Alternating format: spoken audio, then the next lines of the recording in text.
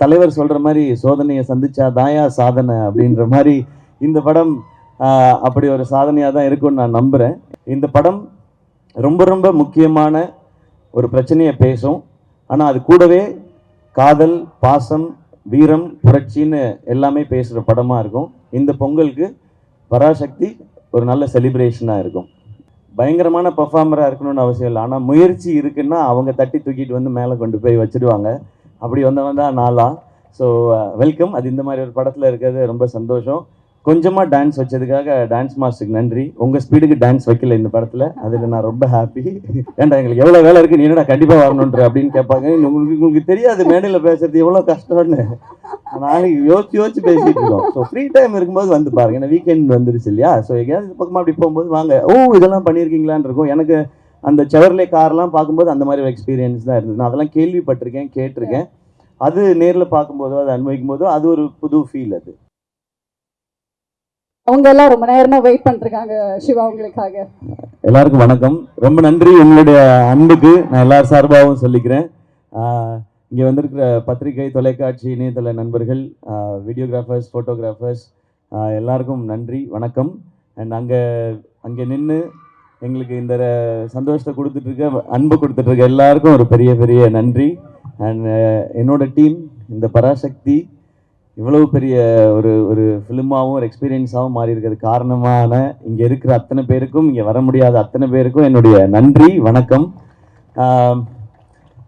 பராசக்தி ஒரு 1960களில் நடந்த ஒரு விஷயத்தை வச்சு அதை சுற்றி ஒரு கதையை அமைச்சிருந்தாங்க சுதா மேம். இந்த படம் பண்ணுறதுக்கு மிக முக்கியமான காரணம் என்ன அப்படின்னு கேட்டிங்கன்னா, இந்த கதை அப்படின்றத தாண்டி ஃபஸ்ட் ரீசன் வந்து சுதாக்குங்கிற மேம் தான். அவங்க தான் ஃபஸ்ட் ரீசன்.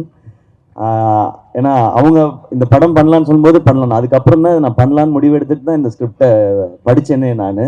ஏன்னா அவங்க எவ்வளோ மெனக்கெட்டு இருந்தாங்கன்னா, இந்த படத்துக்காக கிட்டத்தட்ட ஒரு 4-5 ஆண்டுகள் இந்த படத்துக்காக அவங்க ஸ்பெண்ட் பண்ணிக்காங்க. ஸோ நான் இந்த கதையை தெரிஞ்சுக்கிட்ட பிறகு இதை பற்றின நான் எதுவும் ரிசர்ச் பண்ண வேண்டிய அவசியமே இல்லை. ஏன்னா 4 வருஷம் ஒருத்தனா கிட்டத்தட்ட ஒரு டிகிரியே முடிச்சிருக்காங்க. இதில் ஒரு யூஜி பிஜி எல்லாம் முடிச்சிருக்காங்க. ஸோ அவங்க என்ன சொல்கிறாங்களோ அதை செஞ்சால் போதுன்றதான் இருந்தது.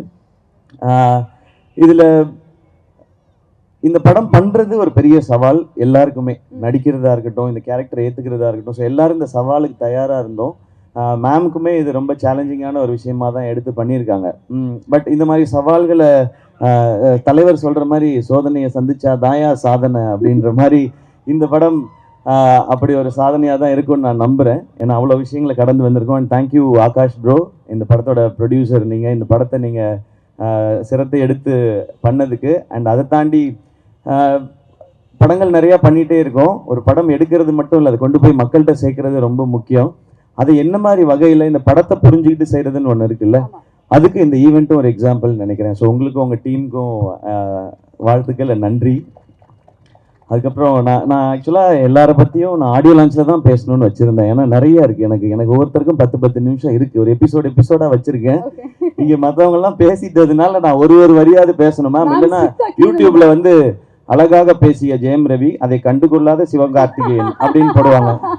அதனால் நான் 2 வரியாவது பேசிடுறேன். அண்ட் அத்தர்வா ப்ரோ, இவருக்கு எனக்குமான ஈக்குவேஷன் வந்து சாப்பாடில் தான் எங்களுடைய கனெக்ஷனே. அவர் நல்லா ஃபிட்டாக இருக்கார், என்னைய டெசர்ட் சாப்பிட வச்சுருவார். அவரானா அப்புறமா ஒரு கோட் பண்ணிடுவார்னு நினைக்கிறேன். நான் அந்த சந்தோஷத்துலேயே தூங்கிடுவேன். அடுத்த நாள் ஐயோ கொஞ்சம் வெயிட் போட்டு போய் அந்த மாதிரி இருக்கும். பட் ஒரு பிரதர் பாண்டிங்ன்றது நீங்கள் படத்தில் பார்க்குறது நடிப்பு இல்லை, உண்மையாக அவருக்கு என் மேலே இருக்கிற கேர், எனக்கு அவர் மேலே இருக்கிற கேர். எனக்கு அவரோட ஒரு ஸ்பெஷல் மொமெண்ட் மட்டும், அவருடைய ஃபஸ்ட்டு ஃபிலிம் ப்ரமோஷன் வந்து நான் இது ஹோஸ்ட் பண்ணும்போது அதுக்கு வந்தார், அப்பாவோட வந்தார். அது எனக்கு ரொம்ப ஒரு மறக்க முடியாத ஒரு எபிசோடு. இன்றைக்கி நான் அவரோட சேர்ந்து இந்த படம் பண்ணுறேன்றது எனக்கு ரொம்ப ஸ்பெஷலாக இருக்குது. அண்ட் மேம், உங்களை பற்றி இதுக்கு மேலே நான் சொல்ல போகிறதில்ல, ஆனால் நிறையா இருக்குது. எபிசோடெல்லாம் வச்சுருக்கேன் நான், அது ஆடியோ லான்ச்சில் பார்த்து. And Sreeleela, very happy. உங்களோட first Tamil film. Welcome. Tamil audience உங்களுக்கு தெரியும், இங்கே வந்து ரொம்ப பயங்கரமான பர்ஃபார்மராக இருக்கணும்னு அவசியம் இல்லை. ஆனால் முயற்சி இருக்குன்னா அவங்க தட்டி தூக்கிட்டு வந்து மேலே கொண்டு போய் வச்சுடுவாங்க. அப்படி வந்தவன் தான் நாளா. So welcome. அது இந்த மாதிரி ஒரு படத்தில் இருக்கிறது ரொம்ப சந்தோஷம். கொஞ்சமாக டான்ஸ் வச்சதுக்காக டான்ஸ் மாஸ்டருக்கு நன்றி. உங்கள் ஸ்பீடுக்கு டான்ஸ் வைக்கல இந்த படத்தில், அதில் நான் ரொம்ப ஹாப்பி. அண்ட் ரவி மோகன் சார், தேங்க்யூ, நீங்கள் இதை அக்செப்ட் பண்ணிக்கிட்டதுக்கு இந்த ரோலை. ஒரு ஹீரோ வந்து ஹீரோவாக ஒரு கதை கேட்டு இந்த கதை ஓகே இந்த கதை இல்லைன்றது டெசிஷன் எடுக்கிறது ரொம்ப ஈஸி. ஆனால் ஹீரோவாக சக்ஸஸ்ஃபுல்லாக இவ்வளோ வருஷம் பண்ணதுக்கப்புறம் வில்லனாக நடிக்கிறதுன்றது அது ரொம்ப ஒரு டஃப்பான ஒரு டெசிஷன் அது. அப்போ அவரை எடுத்து ஓகே சொல்லும்போது நான் நினச்சிக்கிட்டது அதுதான், நீங்கள் படத்தில் தான் வில்லன், எனக்கு நான் காலேஜ்லேருந்து பார்த்த ஹீரோ தான் நீங்கள், அப்படி தான் என் செட்டில் இருக்கணும், இந்த படத்தில் இருக்கணுன்றதான் நான் நினச்சது. அது எப்போவுமே அப்படி தான் நினைப்பேன் சார்.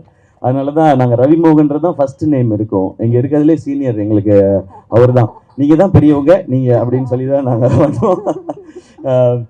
ஜிவி ப்ரோ, ஜிவியோட 100th ஃபிலிம். நான் இப்போ தான் சொல்லிட்டு இருந்தேன், அம்மா கேட்டாங்க ஜிவி பிரகாஷ் 100 படம் பண்ணிருச்சுப்பா, சின்ன குழந்தையிலேருந்து மியூசிக் போடுதோ அப்படின்னு இன்னைக்கு காலையில் கேட்டாங்க அந்த விகடன் இன்டர்வியூ பார்த்துட்டு. ஆமாம்மா அவர் சின்ன வயசுலேருந்து ஆரம்பிச்சாருமா, நான் குழந்தையா இருக்கும்போதுல மியூசிக் டேரக்டர்லாம் 10 படம் 15 படம்லாம் பண்ணலாமா, அதனால அவன் 100 படம் பண்ணிருச்சுப்பா, பெரிய விஷயம்னு சொல்லிட்டு இருந்தாங்க. உண்மையிலே பெரிய விஷயம் தான், 100 படம் பண்ணுறது இல்லை, அதுக்குள்ளே எல்லா ஜானரும் பண்ணிட்டார் அவர். ஸோ அவருக்கு இப்போ பாருங்களேன், பீரியட் ஃபிலிம் பண்ணும்போதே ஏற்கனவே 1001 இருக்குது, ஒரு மதராசப்பட்டினம் இருக்குது, பராசக்தி இருக்குன்னு போது அதுக்குள்ளே எப்படி வெரைட்டி கொடுக்கணுன்றது இந்த சாங்ஸ்க்கும் பிஜிஎம்ஸ்க்கும் ரொம்ப ரொம்ப தேங்க்ஸ் ஜிவி. இன்னும் நிறையா இருக்குது உங்களை பற்றி பேச வேண்டியது, ஆடியோ லான்ச்சில் வச்சுக்கிறேன் வாடி. அண்ட் எல்லா டெக்னீஷியன்ஸ்க்கும் ரொம்ப தேங்க்ஸ். ஏன்னா இது 25th ஃபிலிம், ரொம்ப ஸ்பெஷலாக. இது 25th ஃபிலிம் ஆனதுக்கு காரணமும் ஆகாஷ் தான். நான் இன்னொரு படம் பண்ணிட்டு இந்த படம் பண்ணலான் போது அண்ணா இது 25th ஃபிலிமாக இருக்கணும் போது எனக்கு சொன்ன, இதை விட ஒரு ஸ்பெஷல் ஃபிலிம் 25th ஃபிலிமுக்கு கிடைக்குமான்னு தெரியல. இந்த ஸ்டோரி, இப்படி ஒரு டீம் அண்ட் இந்த டைட்டில். ஸோ இது வந்து அந்த பராசக்தியோட அருள் தான் நினைக்கிறேன் எனக்கு கிடைச்சிருக்குது. ஸோ இதெல்லாம் அமைஞ்சிருக்குன்றது. அண்ட் வேர்ல்ட் ஆஃப் பராசக்தி 1960களுக்கு உங்களை எடுத்துகிட்டு போய் ஒரு 2.5 மணி நேரம் கூட்டிகிட்டு போய் ஒரு 2.5 மணி நேரம் உங்களுக்கு அந்த எக்ஸ்பீரியன்ஸை காட்டுறதுக்கான முயற்சி தான் எல்லாருமே பண்ணியிருக்கோம். இந்த படம் ரொம்ப ரொம்ப முக்கியமான ஒரு பிரச்சனையை பேசும், ஆனால் அது கூடவே காதல், பாசம், வீரம், புரட்சின்னு எல்லாமே பேசுகிற படமாக இருக்கும். இந்த பொங்கலுக்கு பராசக்தி ஒரு நல்ல செலிப்ரேஷனாக இருக்கும். எல்லாரும் தியேட்டரில் பாருங்க. இந்த இடத்தையும் உங்களுக்கு ஃப்ரீ டைம் இருந்ததுன்னா வந்து எக்ஸ்பீரியன்ஸ் பண்ணுங்க. கண்டிப்பா வரணும் அப்படி நான் சொல்லக்கூடாது இல்லை, ஏன்டா எங்களுக்கு எவ்வளோ வேலை இருக்குது நீ என்னடா கண்டிப்பாக வரணுன்ற அப்படின்னு கேட்பாங்க. உங்களுக்கு தெரியாது மேடையில் பேசுறது எவ்வளோ கஷ்டம்னு, நாளைக்கு யோசிச்சு பேசிட்டு இருக்கோம். ஸோ ஃப்ரீ டைம் இருக்கும்போது வந்து பாருங்க. ஏன்னா வீக்கெண்ட் வந்துருச்சு இல்லையா, ஸோ எங்கேயாவது பக்கமாக அப்படி போகும்போது வாங்க, ஓ இதெல்லாம் பண்ணியிருக்கீங்களான்னு இருக்கும். எனக்கு அந்த செவர்லே கார்லாம் பார்க்கும்போது அந்த மாதிரி ஒரு எக்ஸ்பீரியன்ஸ் தான் இருந்தது. நான் அதெல்லாம் கேள்விப்பட்டிருக்கேன், கேட்டிருக்கேன். அது நேரில் பார்க்கும்போதோ அதை அனுபவிக்கும் போதோ அது ஒரு புது ஃபீல் அது. அண்ட் இந்த இடத்துல இந்த ஈவெண்ட் நடக்கிறது சூப்பர். ஆமாம். ஸோ இந்த ஃபிலிமே அப்படிதான், இது ஒரு இந்த ஃபிலிம் ஒரு பிளெஸிங் அப்படிதான் நான் நினைக்கிறேன். ஓகே, சிவகார்த்திகனோட முதல் படங்கள்லாம் வந்து பார்த்தா நம்மள அப்படியே சிரிக்க வச்சு ஹாப்பியாக ஃபீல் பண்ண வச்சிருப்பாரு. அதுக்கப்புறம் அமரன்ல தேம்பி அழுக வச்சிங்க கடைசியில் கிளைமேக்ஸில். இந்த படத்தில் எங்களுக்கு எந்த மாதிரி ஒரு அனுபவம், ஒரு ஃபீல் வந்து கிடைக்க போகுது உங்ககிட்ட இருந்து? இன்ஸ்பைரிங் ஃபீல் கிடைக்கும் எல்லாருக்கும், ரொம்ப இன்ஸ்பைரிங்காக இருக்கும் இந்த படம் பார்க்கும்பொழுது. எஸ்பெஷலி இந்த படம் பராசக்தின்றது வந்து ஸ்டூடெண்ட்ஸோட பவர் என்னங்கிறத பேசுறது தான் இந்த படம். அந்த பவரை நிச்சயமாக படம் பார்க்கும்போது உணர்வாங்க. ஓகே, எஸ்கே வந்து கண்ட்ரோல் பண்ணி பேசிட்டு இருக்காரு. ஏன்னா மேம் கிட்ட இருந்து போதும் எஸ்கே நோ அப்படிங்கிற மாதிரி மேம் சொல்லிட்டாங்கன்னா அதை நான் செஞ்சுட்டேன். Okay okay, but I think we have to இப்படிலாம் பண்ணாதீங்க மேம், அப்ப நீங்க சொன்னதெல்லாம் செய்யாத மாதிரி இருக்கு. but I think we have to wait for audio launch. ஏன்னா நிறைய விஷயங்கள் அங்க ரிவீல் பண்றேன்னு சொல்லிருக்கீங்க. Okay, so we'll definitely wait for the launch, but before that இந்த லான்ச்காக எல்லாரும் வெயிட் பண்றாங்க. So I request everybody to join us on stage. GV